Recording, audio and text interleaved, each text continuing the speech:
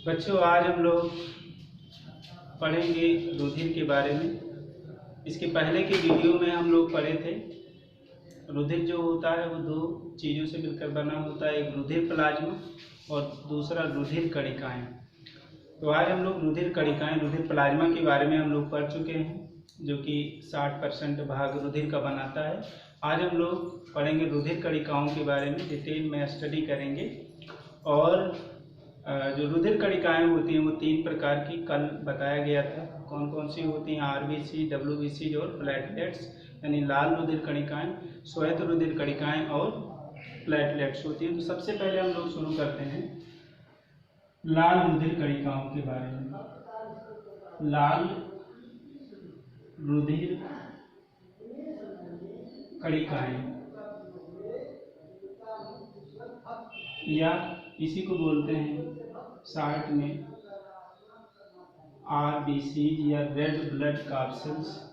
इसके अलावा आपको ये बताया गया था कि इसका जो साइंटिफिक टर्म्स होता है वो इरिथ्रोसाइट्स होता है।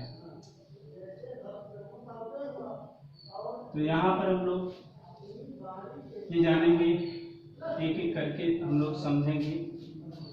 अगर इसका हम शेप देखें, यानी कि जो आकृति होती है, तो वह होती है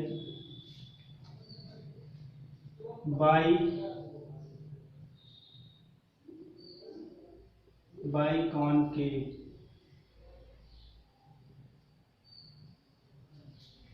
बाइकॉनकेव यानी कि इस तरह से होती है, होती तो है सर्कुलर इस तरह से, लेकिन ये बीच में दबी हुई होती है। जिस तरह से जो बालूशाही होता है उस आकार का होता है। और जो ये सेल होती है इसी में पाए जाते हैं पिगमेंट्स। एक पिगमेंट या वर्णक मिलता है और उस वर्णक का नाम होता है हीमोग्लोबिन। हीमोग्लोबिन। और इसी वर्णक की उपस्थिति के कारण क्या होता है? रुधिर का रंग लाल होता है। रुधिर का रंग जो होता है वो लाल होता है। इस हीमोग्लोबिन का जो काम होता है, वास्तव में ये ऑक्सीजन को जोड़ता है और ऑक्सीजन को जोड़ने के बाद ये ऑक्सी हीमोग्लोबिन बन जाता है। Oxy haemoglobin. यहाँ पर आपको ये भी पता होना चाहिए, जो हीमोग्लोबिन है वो अधिकतम ऑक्सीजन के 4 अणुओं को ले जा सकता है। यानी कि एक हीमोग्लोबिन मॉलिक्यूल से, एक हीमोग्लोबिन अणु से 4 ऑक्सीजन के अणु जुड़ते हैं और जुड़ करके ऑक्सी हीमोग्लोबिन बनाते हैं, जो कि फिर जब ये ऊतकों के बीच में जाता है तो फिर ये टूट जाता है हीमोग्लोबिन और ऑक्सीजन के रूप में, और फिर वह ऑक्सीजन कोशिकाओं में चला जाता है श्वसन क्रिया के लिए। तो कहने का मतलब यह है कि जो हीमोग्लोबिन है वह ऑक्सीजन के परिवहन का काम करता है। अब हम लोग ये जानेंगे इसका जो जीवन काल होता है वो कितना होता है। 1 नंबर में एक क्वेश्चन पूछता है, इसका लाइफ स्पान, जीवन काल जो होता है, जो एवरेज लाइफ स्पान होता है वो होता है 120 डेज, 120 दिन का होता है। यानी कि ये जो कोशिकाएं होती हैं वो 120 दिन तक ही जीवित रहती हैं और उसके बाद वो डेड हो जाती है, उनकी मृत्यु हो जाती है। तो यहाँ पर अगर देखा जाए तो हमारे शरीर में इनकी जो संख्या होती है वो बराबर बरकरार रहती है। तो बरकरार रहती है तो इसका मतलब कि ये बनते हैं। तो हम लोग ये जानेंगे कि ये कहाँ बनती हैं। तो जो लाल रुधिर कणिकाओं के जो बनने का स्थान होता है, प्लेस ऑफ फॉर्मेशन जो होता है, बनने का जो स्थान है वो होता है अस्थिमज्जा। यानी कि ये जो बनती है वो कहाँ बनती है? अस्थिमज्जा, या इंग्लिश में इसको बोलते हैं बोन मैरो।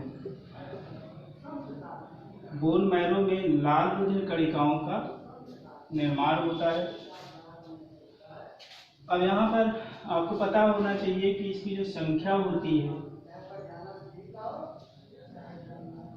संख्या हमारे जो रुधिर होता है उनमें इनकी संख्या ना तो बहुत ज़्यादा होनी चाहिए और ना बहुत कम। एक अगर वो स्वस्थ है, हेल्दी है, तो उसमें क्या होगा कि इनकी जो संख्या होगी, पुरुष और महिलाओं में जो संख्या होती है वो अलग अलग होती है। पुरुष में जो लाल रुधिर कणिकाओं की जो संख्या होती है वो होती है 55 लाख प्रति घन मिलीमीटर, यानी 1 घन मिलीमीटर में लाल रुधिर कणिकाओं की संख्या होती है 55 लाख। और इन बेचारी महिलाओं में जो है थोड़ा कम होता है, जो संख्या होती है वो होती है केवल 50 लाख प्रति घन मिलीमीटर। तो ये संख्या हो गया। उसके बाद में हम लोग देखते हैं कि इसका जो कार्य होता है, एरिथ्रोसाइट्स या लाल रुधिर कणिकाओं का जो कार्य होता है, जैसे यहाँ पर आपको ये बताया गया, जो हीमोग्लोबिन मिलता है कहाँ पर, लाल रुधिर कणिका में। और ये जो लाल रुधिर ये हीमोग्लोबिन होता है वो क्या करता है, ऑक्सीजन का परिवहन करता है। कहाँ से ले जाएगा, यानी कि जब हम सांस लेते हैं तो फेफड़े तक जाता है, और फेफड़े में जो वायु कोश होते हैं उसके माध्यम से गैसों का आदान प्रदान हो जाता है यहाँ पर।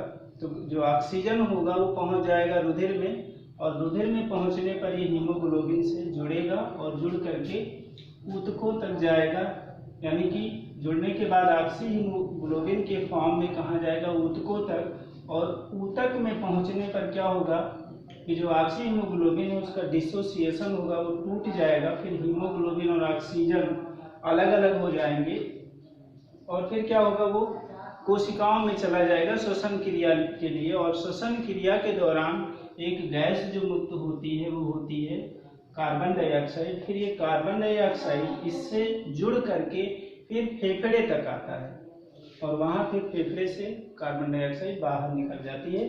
तो जो इसका कार्य होता है लाल रुधिर कणिका का, वो होता है गैसों का परिवहन, या हम कह सकते हैं रेस्पिरेटरी गैसों का परिवहन। गैसों में O2 एंड CO2 का परिवहन। तो ये काम करता है। इसके बाद हम लोग देखेंगे जो दूसरा है वह है WBC या श्वेत रुधिर कणिका। श्वेत रुधिर कणिका देखेंगे।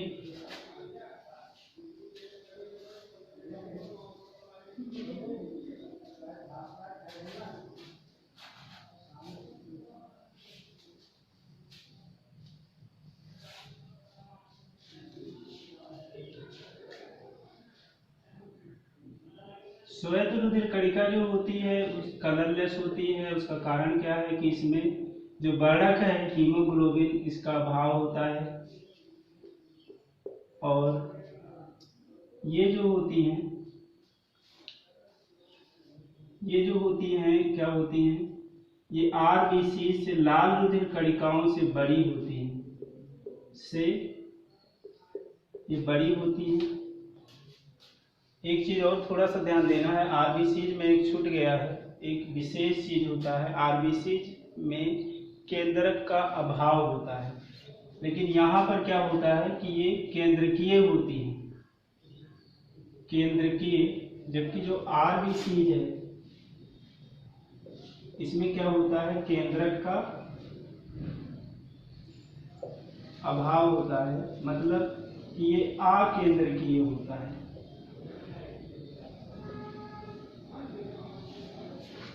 इसके अलावा इनकी अगर संख्या देखी जाए, जो श्वेत रुधिर कणिकाएं हैं, इनकी जो संख्या होती है वो 4000 से लेकर के 6000 प्रति घन मिलीमीटर में होता है, यानी कि RBC से बहुत ही कम होती है, इनकी संख्या कम होती है। इसके अलावा अगर इनके बनने का स्थान देखा जाए, बनने का स्थान, तो वो भी अस्थिमज्जा है। जितने भी तरह की जो रुधिर कणिकाएं हैं वो सभी अस्थिमज्जा में ही बनती हैं। इसके अलावा इसका अगर हम कार्य देखें तो जो कार्य है यहाँ पे थोड़ा सा और ध्यान देना है, ये शरीर के सैनिक भी कहलाते हैं, सोल्जर ऑफ द बॉडी, ये शरीर के सैनिक कहलाते हैं।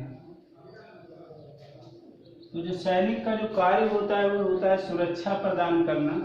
तो ये क्या करते हैं, जो WBC होते हैं ये शरीर की सुरक्षा प्रदान करते हैं, शरीर को सुरक्षा प्रदान करते हैं। अब यहाँ पर देखिए थोड़ा सा इसमें जानना है कि जो शरीर को ये सुरक्षा कैसे प्रदान करते हैं। तो जो WBC होती हैं वास्तव में ये भी कई तरह की होती हैं, जिनमें से कुछ कोशिकाएं ऐसी होती हैं जो हमारे शरीर में किसी भी तरह से अगर कुछ रोगाणु चले जाते हैं तो उनको कुछ तो भक्षण कर लेती हैं और कुछ ऐसे रसायन का उपयोग का निर्माण करती हैं जो क्या करता है कि रोगाणुओं को नष्ट करने का काम करता है। और इस तरह से क्या करती हैं, वो चाहे भक्षण करके या कुछ रासायनिक पदार्थों का निर्माण करके रोग से मुक्ति दिलाता है, यानी रोग से मुक्ति दिलाने का काम करता है, अर्थात शरीर को सुरक्षा प्रदान करने का काम करता है। अब हम लोग देखेंगे जो तीसरा टाइप है वो है, तीसरा जो टाइप है वो होता है प्लेटलेट्स।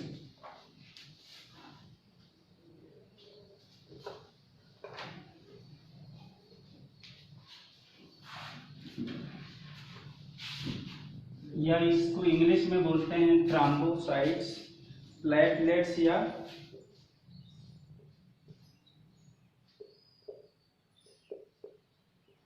इसका साइंटिफिक टर्म है थ्रोम्बोसाइट्स।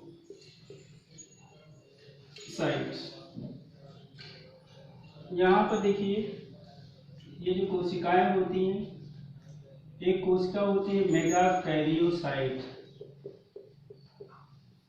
मेगाकैरियोसाइट्स से ये उत्पन्न होती हैं, उससे ये विकसित होती है। यानी कि जो बोन मैरो है उसमें एक प्रकार की कोशिका होती है मेगाकैरियोसाइट, इससे इसका निर्माण होता है। और इसकी जो संख्या है, संख्या जो एक नॉर्मल होनी चाहिए वो 1.5 लाख से 3 लाख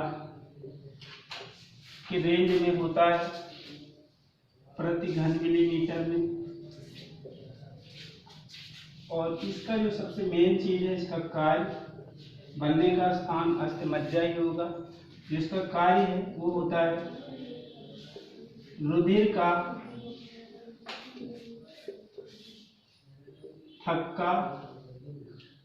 थक्का बनाना या रुधिर को जमाने का कार्य करता है। तो ये कार्य होता है।